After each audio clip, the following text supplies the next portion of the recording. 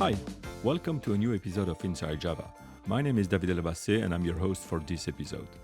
Today we will discuss Project Panama and more specifically the Vector API. For that I have two guests, John Rose and Paul Sandoz. Let's start with a quick introduction. John? Hi, I'm the Java virtual machine architect on the Java organization in Oracle, and I've been working on the Hotspot Java virtual machine since Sun acquired it in the 90s.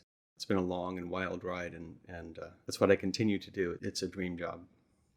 Cool. Paul?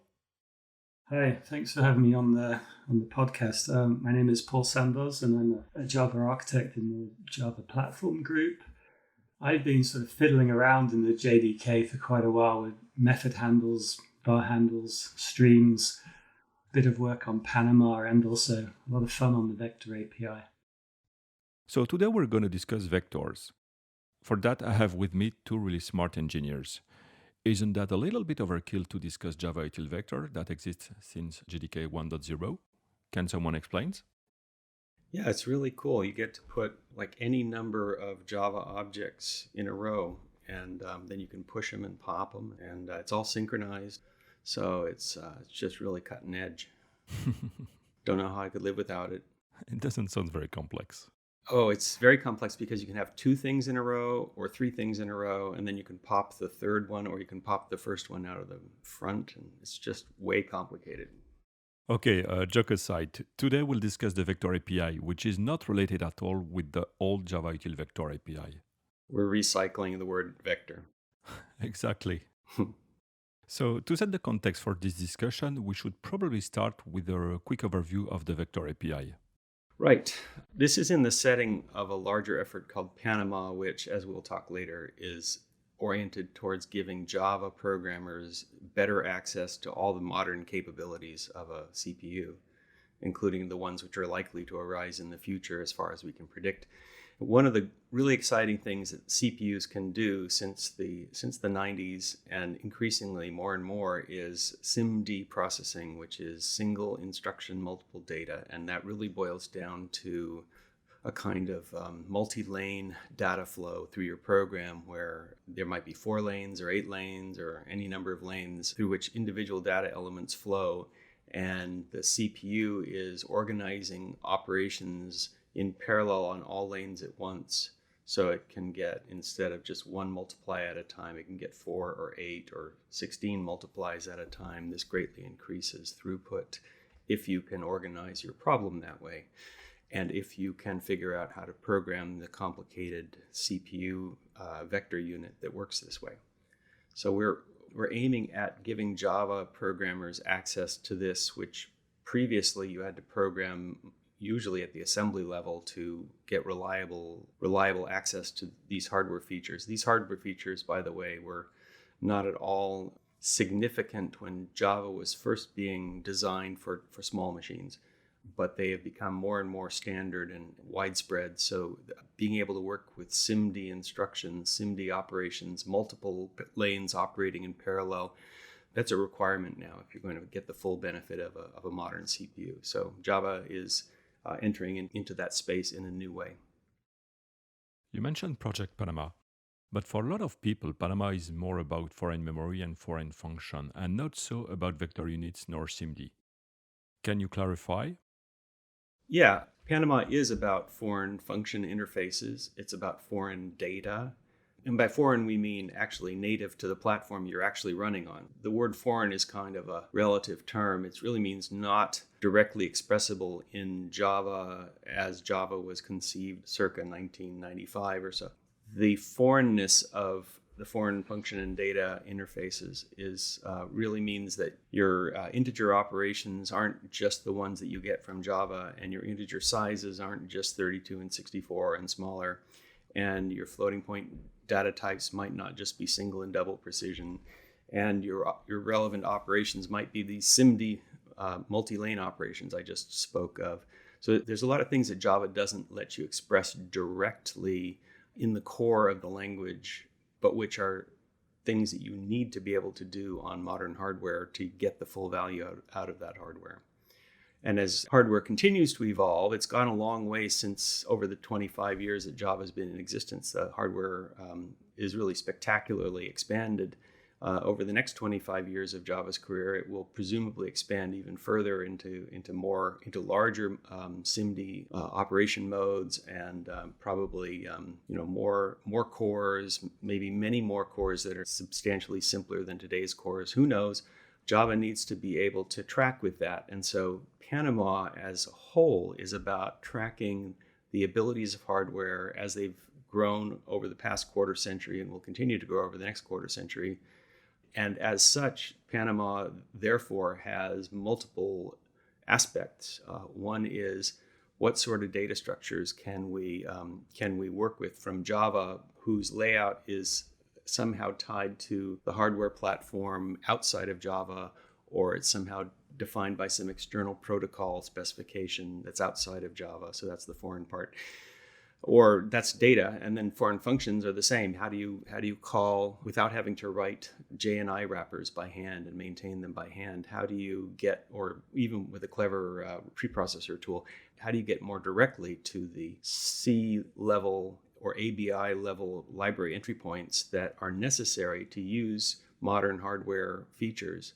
One of the reasons I pushed Panama into existence was the failure of a previous project called Sumatra, in which we were trying to get direct integration between the Java virtual machine and hardware that was running on different kinds of GPUs, either coprocessor or perhaps integral into the CPU. So we basically wanted to get that good GPU processing that started to come online 5-10 years ago and make it natively accessible from Java. And we tried to do it all in one big step by saying, okay, well, let's just reimagine compiling your Java loops and Java arrays straight onto the GPU. And there were many impedance mismatches with that project, which ultimately failed. It was too much to try all in one go, although nowadays there's the Tornado VM, and there have been other prototypes showing that, there's a tantalizing connection you can make between the Java programming model and these new kinds of hardware, these foreign hardware coprocessors that give us great performance if we can tie up to them. So Sumatra didn't work out in part because we didn't have good ways to express the data that was common to the coprocessor and the core. And also we had to use JNI to write all of the connection points between the JVM and the driver code that runs on the JVM and the transitions into the entry points for dispatching tasks onto the coprocessor. And the simple little word dispatch belies a great complexity of concerns when you try to shape a task that is intended, that's formed on the CPU and loaded on the CPU, but then has to be reloaded and reformed on the coprocessor. That turns into huge amounts of ad hoc header file stuff that you have to turn into JNI if you're going to get purchase on it. And then it's going to change unpredictably over on a month-to-month basis as you get new releases of the dispatching library. So you end up being a full-time JNI programmer. And we thought, well, you could have a tool for this. But we thought it'd be better to just rethink JNI and have a way of importing header file schemas directly into a form that the Java virtual machine could execute directly as foreign function calls. So instead of C-code shaped shims between the JVM and the foreign library, we have Java shaped shims. You make Java objects and Java class files that tell you without any extra C code how to access the foreign libraries. And that would seem to be unconnected to the idea of coprocessors, but I'm telling you that one of the things that made our job very hard to do, even prototyping of the coprocessor connection, was the complicated coprocessor foreign and function and data. So I look back at that and I said, okay, that was when I became really serious about this long-standing idea of, well, let's rethink JNI and make it much less cumbersome and easier to deal with, and let's put the control into the Java programmer's hands for getting to all these interesting system and hardware features on the platform that's outside of Java and therefore foreign to it. I was going to say, I like to think of the Vector API and what John said as shining a light on all the dark areas of the silicon that the Java developer couldn't previously get at. And now with the Vector API and with Panama, we're making that much easier to get at. And from that, we can start building up more interesting things based on these useful building blocks.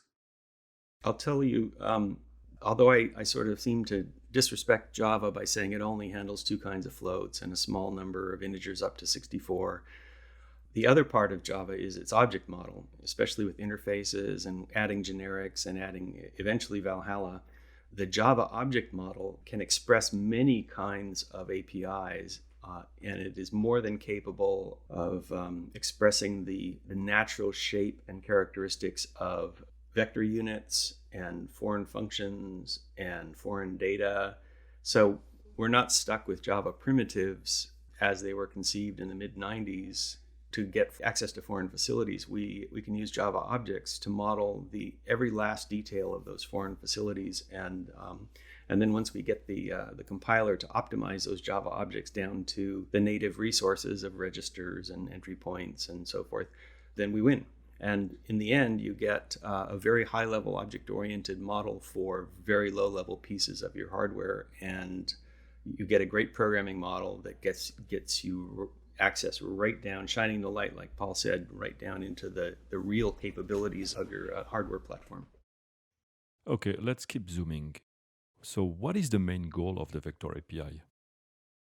It's really, main goal is to allow developers to program in data parallel way using single instruction, multiple data in a platform independent way that at runtime, when the hotspot C2 compiler gets at it, it translates all the method calls that you do on the vector instances using this API into hardware and vector instructions that match closely to the capabilities of the platform.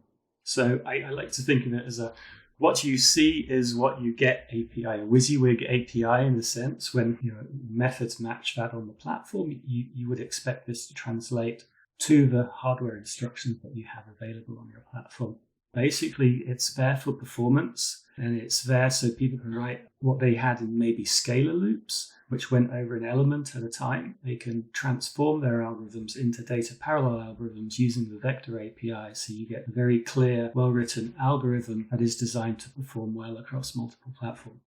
On that point, multi-platform, can we talk about the fallback mechanism that kicks in when the underlying hardware doesn't have a supported vector unit? So for every vector operation that we have the equivalent scalar loop implemented in Java as a fallback. So it will still function correctly, and it's specified to function the same way if it falls back or if it goes to the hardware. So it's transparent for the developer, which is very nice. Modulo, obviously, the performance. Now let's move on. Which developer is the Vector API targeting? If you have used the Intel Intrinsics API to hand code your own vector loops, then you will enjoy using the Java Vector API as well. In fact, it is my hope that you will enjoy it more than using the C-based, C and C++ based vector intrinsics. Those provide very full and competent access. It's kind of the gold standard, I guess, for full access from non-assembly code. And yet the Java Vector API intends to be a cleaner experience because instead of using ad hoc header file functions that magically open code themselves into vector instructions, we're using something that is modeled cleanly with Java objects and Java interfaces and has Java's justly admired rigor of definition, so that, like Paul said, your operations can be specified to operate predictably. And even if the vector hardware isn't there, they'll behave the same. And so whatever you end up getting from the vector unit will not be just some weird thing that the vector unit kind of does. It's kind of close to what you intended, but it will be exactly what the Java code is advertised to do. So the object modeling goes all the way down to the bit level. You know which bits are going to come out based on the Java code, and yet it goes through the vector unit. You mentioned Intel. Can we briefly discuss the genesis of the Vector API? I'm going to go way back for just a second. Before I worked at Oracle, before Oracle acquired Sun. Before I worked at Sun Microsystems, I worked at Thinking Machines on something called the Connection Machine, and I worked on a language called C-Star, which was all about SIMD programming, and it was a very early, massively parallel computer. And I remembered the lessons of what kind of benefits you can get from SIMD programming. And so when I saw the growth of vector architectures in Intel and in Sun and in ARM, I said, that is an appropriate way to think about to get at the same kind of performance gains we were trying for on the Connection Machine, and we reached on the Connection Machine. Different hardware, but the same principles of SIMD programming, very powerful paradigms, but not accessible directly in Java, and certainly not to the instruction level. So I thought, eventually I want to be able to write some kind of a way in Java to program these vector instructions. And I played around with the Intel instructions intrinsics header files, and I did some test algorithm. And it was really fun, but it was also frustrating because it was really hard to tell what you were going to get from any given instruction. Although the documentation that Intel gives on their imintrin page is quite amazingly good, and yet still it was frustrating. So at some point I said, I think it's time to start designing an API for Java to model vectors and vector instructions and vector operations at a level that's portable the way Java is portable, and at a level that's predictable the way Java is predictable, and well-specified the way Java is well-specified, but still compiles straight down into vector instructions. And I've worked on the Java JIT for a long time, so I had an idea of what it would take to take something very high level and Java flavored and still compile it straight down. It seemed like the technological pieces were all available, so I sketched out a design, and I in one of our meetings with Intel, we have a long-standing collaboration, both Sun and Oracle, with Intel engineers who work on Java performance. There's a whole group there, and they're wonderful people. And so we have regular meetings with them. And I said, I have an idea I'd like to present. Maybe it's time to think about a vector API. So I presented my idea, which, by the way, looks very different from today's vector API. And people were scratching their head going, yeah, maybe that's possible. Can you explain that? That's kind of weird. Can you really program at that high a level? I thought, we just have to feed instructions directly to the vector unit.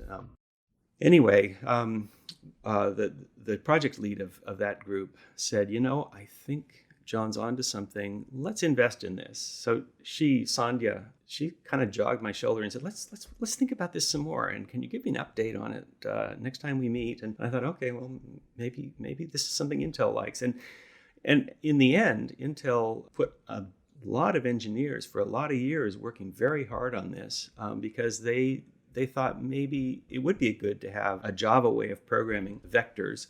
And I'll tell you, quite frankly, I would tease them every few months saying, we're doing something that's portable. It's going to let Java programmers get off of Intel platforms. But I said to them, you kind of brought this on yourselves because you have at least 3, maybe 4 vector units, vector architectures. There's MMX, and then there's 3 AVXs. So, you guys need Java just to allow people to evolve forward on your platforms because they have to go from one vector unit to another. So our work together was to model the common features across all of Intel's vector units, but also with an eye on ARM and Spark and other architectures which also supply SIMD hardware. In the end, Intel invested very heartily in this and produced beautiful results. They cleaned up the loops, got the performance up, made sure that the back end of the JIT could support all the different vector instructions all the way up to AVX 512, which is a big deal. That was non-trivial engineering to support all those instructions because the combinatorial explosion of instruction types in AVX 512 is monumental. It is the CISCIest things I've ever seen. By CISCI, I mean complex instruction set computer. So what's all that to say is that Intel picked this up and ran with it and invested in it, and it's beneficial to them, but it's also beautifully beneficial to the Java ecosystem. I'm sure Intel will play a major role in the foreseeable future, but it also opens up other parties to supply vector hardware that the vector API will run on. Now, before we continue on the vector API, let's discuss what we have today in Hotspot, and that is the auto-vectorizer of the C2 compiler. Yes, Hotspot has an auto-vectorizer in C2, and it can detect certain loops, scalar loops, and say, this looks like I can parallel this in a very sort of constrained data parallelizable way. It can do this because it unrolls loops. Unrolling means I can take one instruction and duplicate it 4 times. If you can unroll it, you can potentially auto-vectorize it. And so it's kind of like an auto-parallelism technique, which when it works really well. And when it doesn't work kind of thing. And there's certain data parallel algorithms that you cannot, that the compiler just cannot infer. John, any additional thought on the limitation or the challenges of auto-vectorization? There's a whole way of life of programming with vectors and SIMD, which, as I said earlier, I kind of got a piece of that from my days with the connection machine. And it is a different way to think about program flow, control flow in particular. Conditionality has to be reimagined in terms of lane activation and deactivation, which means there's mask bits that steer and control the flow of data through individual lanes. If you're not going to do exactly the same thing to all the lanes, then you start to need some kind of conditionality per lane, and that leads you to masking. And there is a mask type in the vector API that expresses this. But the change from a for loop with if then else through unrolling and then down into repacking into lane-wise operations, possibly with conditional masking. That is a big transform, and it's probably going to be done by humans for the foreseeable future, and only partially by smart compilers. And when the smart compiler loses the thread of what you were intending in your for loop, then it's just not going to vectorize it. You're going to get sequential scalar operations out of your computer, which means the vector unit will be idle. So if you want to keep the vector unit whipped up and active, you're going to have to get hands-on and say, here's how I want you to use the vector unit. At least in cases where there's complex conditionality, where there's cross-lane movement, where there is table lookups, where there's a data-dependent cross-lane movement. There's a number of conditions where a really smart compiler will sometimes be able to show, like a dog doing a trick, a vectorization that gets just right, but you can't rely on it. You have to use a person. Doug Lee calls the C2 compiler an idiot savant. It's really, really good at doing certain things really well, but certain things it just can't. And then we also have to keep in mind that there are different type of vector units, so that adds yet more complexity to the compiler. Yeah, it means that the JIT has to say, okay, what vector unit do I have to work with today? And then it needs to partition the task up into appropriate pieces to that vector unit.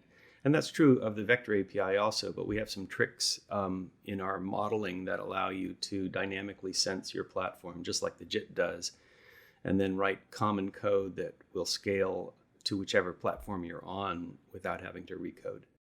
It doesn't mean giving up on the auto-vectorization part. I feel that the work done with the vector API has actually improved the auto-vectorizer. First of all, it's given the auto-vectorizer access to more instructions than it's ever had before.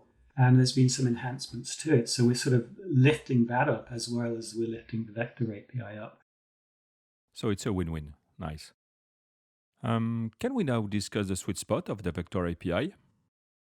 It's an example of certain algorithms that are really interesting to express in the vector API. I'd recommend people go look at Daniel Lemire's blog. He's written some interesting data parallel algorithms around UTF-8.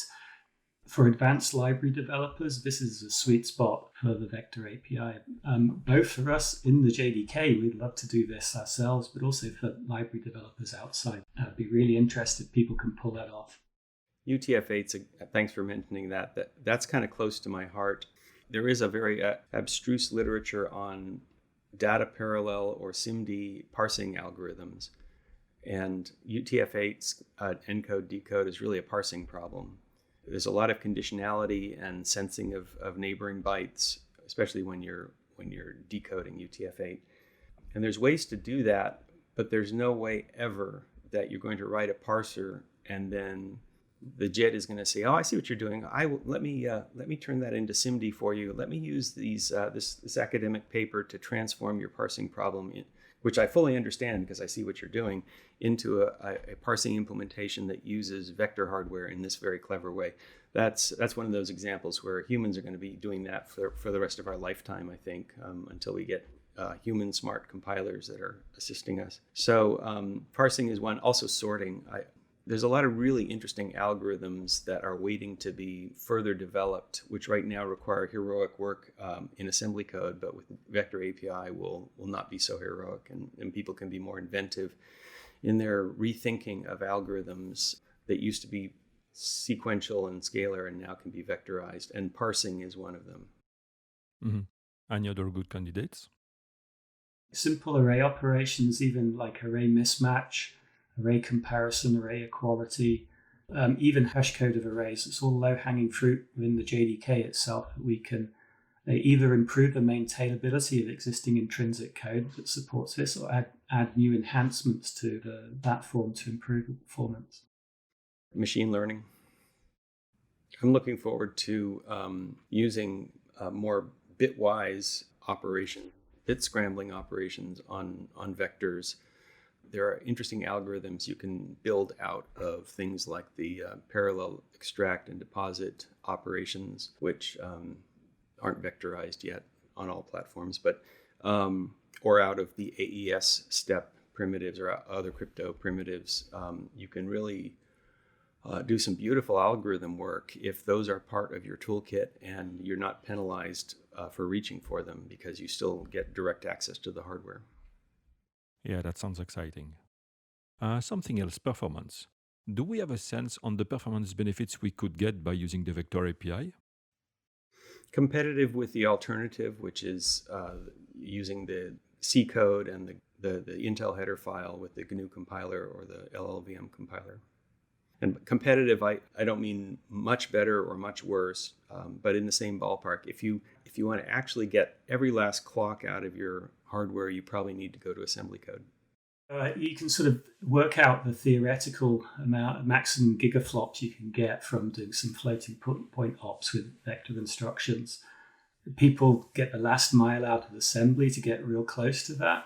I hope using the Vector API, we can get close-ish to what people do with hand code C and assembly at a certain point. I don't think we can get there yet, but we can get there pretty close with a big plus on maintainability. So I think people are sometimes willing to sacrifice a little bit of performance for better maintainability of code. And then over time, we can potentially improve that and get closer. We can learn how best to map the vector methods to instructions. We can learn how the register allocator is working with the vector instructions. We can work out how loops around these work better and better train hotspot to sort of get the tightest, most efficient code out from these vector loops. I've seen some groups, some academic work that uses dynamic programming to find the best loop shape and the best data layout for bulk data problems. You get non-trivial improvements if you try several thousand different loop shapes, different unrollings, different data layouts. This is for like linear algebra problems for machine learning, for example. If you are able to flexibly change your loop format, then try sometimes to use dynamic programming to find the loop that performs the best. And it's not the one you would have picked to code by hand, even if you invested a month in doing so. So there is this suggestion that if the platform can easily handle the creation of maybe even a genetic algorithm variants of your loops, and then you can try each one to see which ones are getting better and which ones are not so good. If you can control the shapes of your loops and your layouts flexibly using a high-level language, and you have a system that can do online compilation and fast benchmarking, then you can use this dynamic programming paradigm, which is extremely advanced, to find your best loops, and that might actually get you better than hand-coded assembly. And the reason I bring this up is, again, all the technologies that are there on the Java platform. Java platform is excellent at dynamic compilation. So if you can control the loop shapes through the right library that composes loops over the Vector API, and then varies them and benchmarks them all online, all in the same process, all without direct human intervention in each case, just human supervision, then I think we could even improve on what you can do readily with C programming or even assembly programming. So I'm excited about what the high level expressiveness of the Java Vector API isn't just a luxury. It's not just a nice to have. It's not just this thing where when you need portability, then you have to go high level. Otherwise, you do your real work on assembly code. There are reasons why a high level formulation can actually get better performance if you apply these meta-programming techniques. Mm-hmm. About the API, you mentioned lanes. The Java docs also talks about species and shapes. Can one of you quickly explain? Yes, there's a bit of nomenclature here. So a vector is comprised of lanes. You can think of a vector as kind of like a fixed array of elements. And we term the sort of the indexes to those elements as lanes. So on, say, like on an AVX2 system, you may have 8 integers in a vector. And you can sort of operate at the same speed as multiplication of 1 int as 8 ints. So theoretically, you get an 8x improvement there. So we have lanes. A vector has a lane. A vector can be sort of reshaped. You can have a vector that comprises of 256 bits of information, and that 256 bits is what we call the shape of the vector. But that vector can be repurposed to say I want 8 ints, or I want 16 shorts, or I want 32 bytes. And each of those we call a species, which is kind of the lower down in the classification of class, if I understand correctly in that. So we have a vector, we have species of vector which define the what the lane element types are and what its shape is. So we could have a vector of int whose shape is 256 bits, or we could have a vector of double whose shape is 512 bits. Depending on the architecture. And we can have a species which we don't know what its shape is at runtime. We just say, what is my best possible species for operating on ints? And so we can ask that at runtime, so we don't have to don't have to operate on fixed shapes if we don't want to. So I want to recommend to the listeners, if they're puzzled about what we're talking about with the shapes and the species and the lanes and the lane-wise operations, we tried pretty hard to write a little mini dissertation in the top of the Java doc for vector and also the package description. So if you go to the Java doc for the Vector API and just read the front page of it, it will attempt to give you a little introduction, a short masterclass in how vectors work. So I recommend it as possibly good reading if you think you want to know more about this. Okay. Can we now quickly discuss the operation that we have access to? Calculator, for function, add, subtract, multiply, divide, floating point, fixed point, comparisons. Mathematical functions, transcendental functions, sine, cosine, log, all these types of stuff. So I just have to shout out to Intel here, because in the first round of the Vector API implementation, there's no optimizations for sine, cosine, and log. But in the next round, we do plan to add, if we can do it, the vectorized optimizations for these functions. They're going to be contributed by Intel, and we're going to slot them in to the hotspot. And I think it's a really good contribution from Intel that they're providing to provide really high performance vectorized mathematical functions. Okay. Now, writing code is one thing. So what about the ability to debug code that is using the Vector API?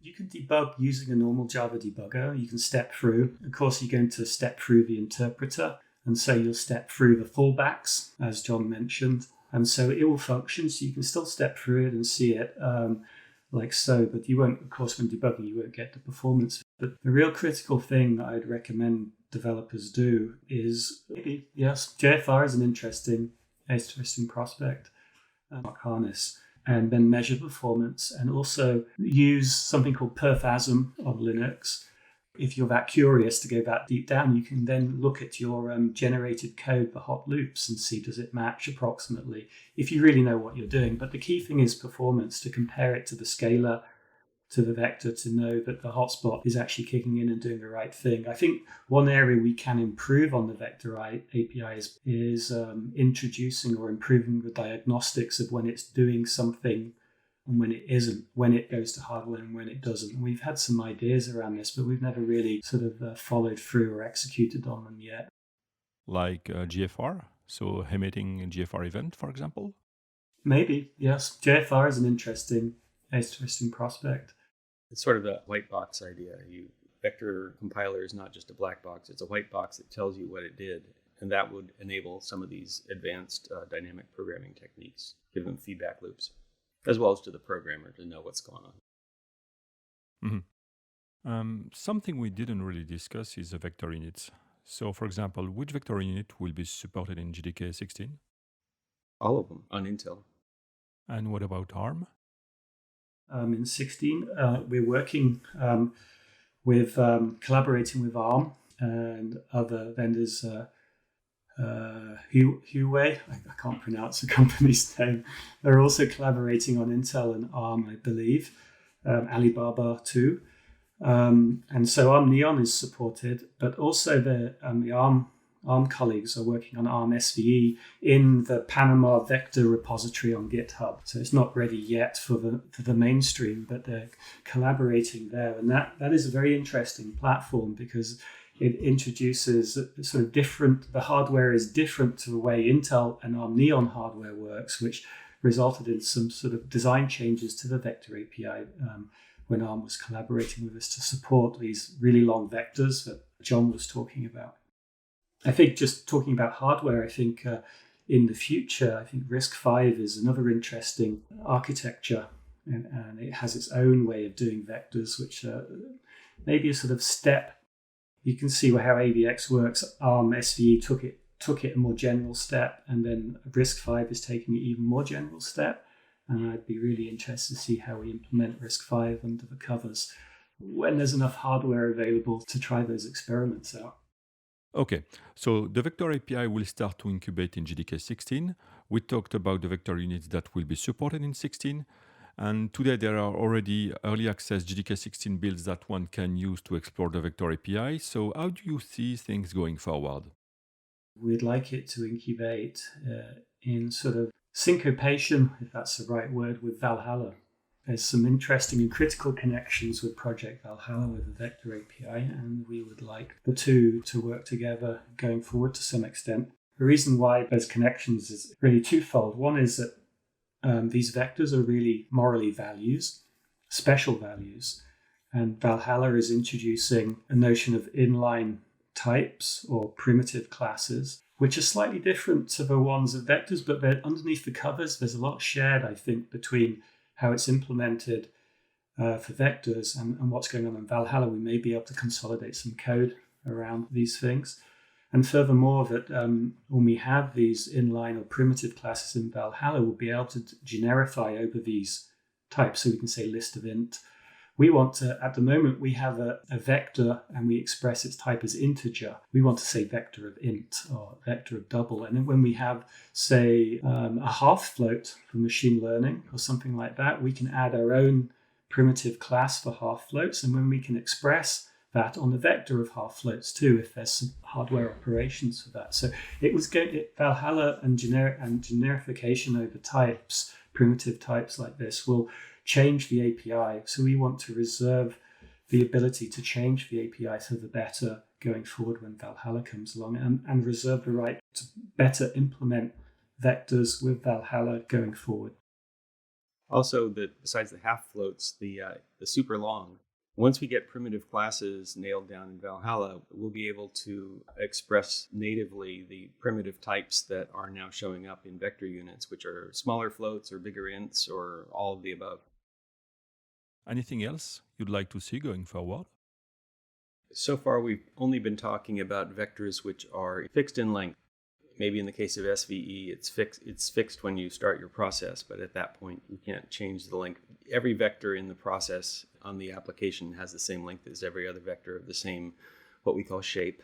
But there's also some systems historically, like the Cray, have used vectors which are more like FIFOs, that they have flow control and they're dynamically shaped. The Vector API does not directly support such things, but it is, in my opinion, or at least I intend it to be, adjustable in the future if we have data flow hardware that handles windows of data flowing over large arrays, that we can use at least large parts of the current Vector API to adapt to those kinds of hardware also.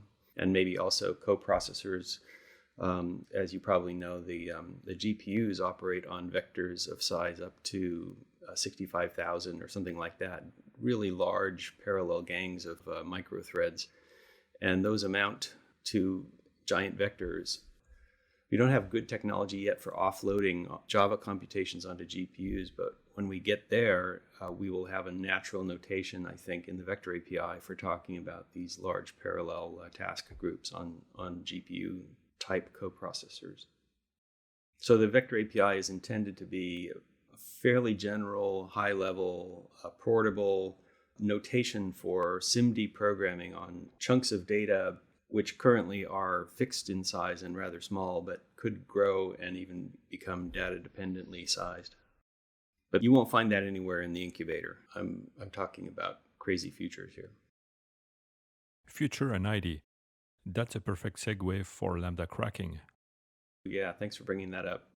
If you have used NumPy or Theano or any of these Python-based frameworks where you write a little expression in natural notation and then magically it gets parallelized on a GPU or some coprocessor or vectorized, what you're experiencing there is what we want to supply through Lambda Cracking, which is to take a normal-looking scalar expression and lift it and relower it onto a vector domain, sort of a categorical operation, boom, boom.